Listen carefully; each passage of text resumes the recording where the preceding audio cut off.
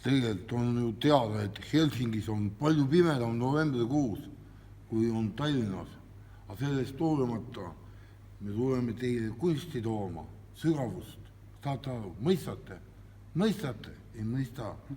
See, mida Muhv öelda tahtis, on see, et nii kaua, kuni meri pole jääs, saab käia igal pool teatris ja Soomest ei peagi enam Eestisse teatrisse tulema, sest et nüüd on teater hoopis, Eesti teater on Soomes ja Soomes saab vaadata Eesti teatrit ja kui te tahate tulla Eesti teatrit vaatama, siis te peate tulema teatrisse vaatama Eesti teatrit. 5. marraskuu päeval me oleme kultuuritalos.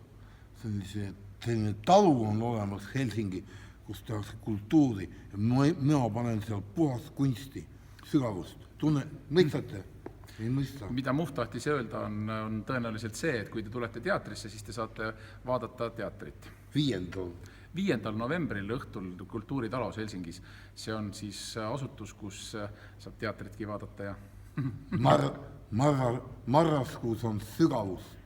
Mõistate? Muhvil on praegu lihtsalt põlved marraskil, aga sügiseks on jälle kõik korras, kui pulmad tulevad, ta abiellub kingpoolega, ma tean.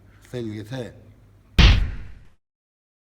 Piletid saab osta teiste käest, ehk et ühed on need, kes müüvad pileteid, need on piletimüüjad ja nad on tavaliselt internetis, nii et nende nägusid ei näegi, te saate osta niimoodi, et keegi teagi, et te pileti ostite, võite valetada, et te lähete tööle, tegelikult tulete teatrisse.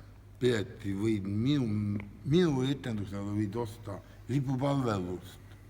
Lipupalvelus on piletid veel saada. No mida Muhv tahtis öelda, mida Muhv öelda tahtis on see, et piletid saab eurode eest osta, ei pea markade eest ostma, et margad ei kehti Soomes ausalt. Marraskuu, see on müstika. Mõistate? Ei mõista.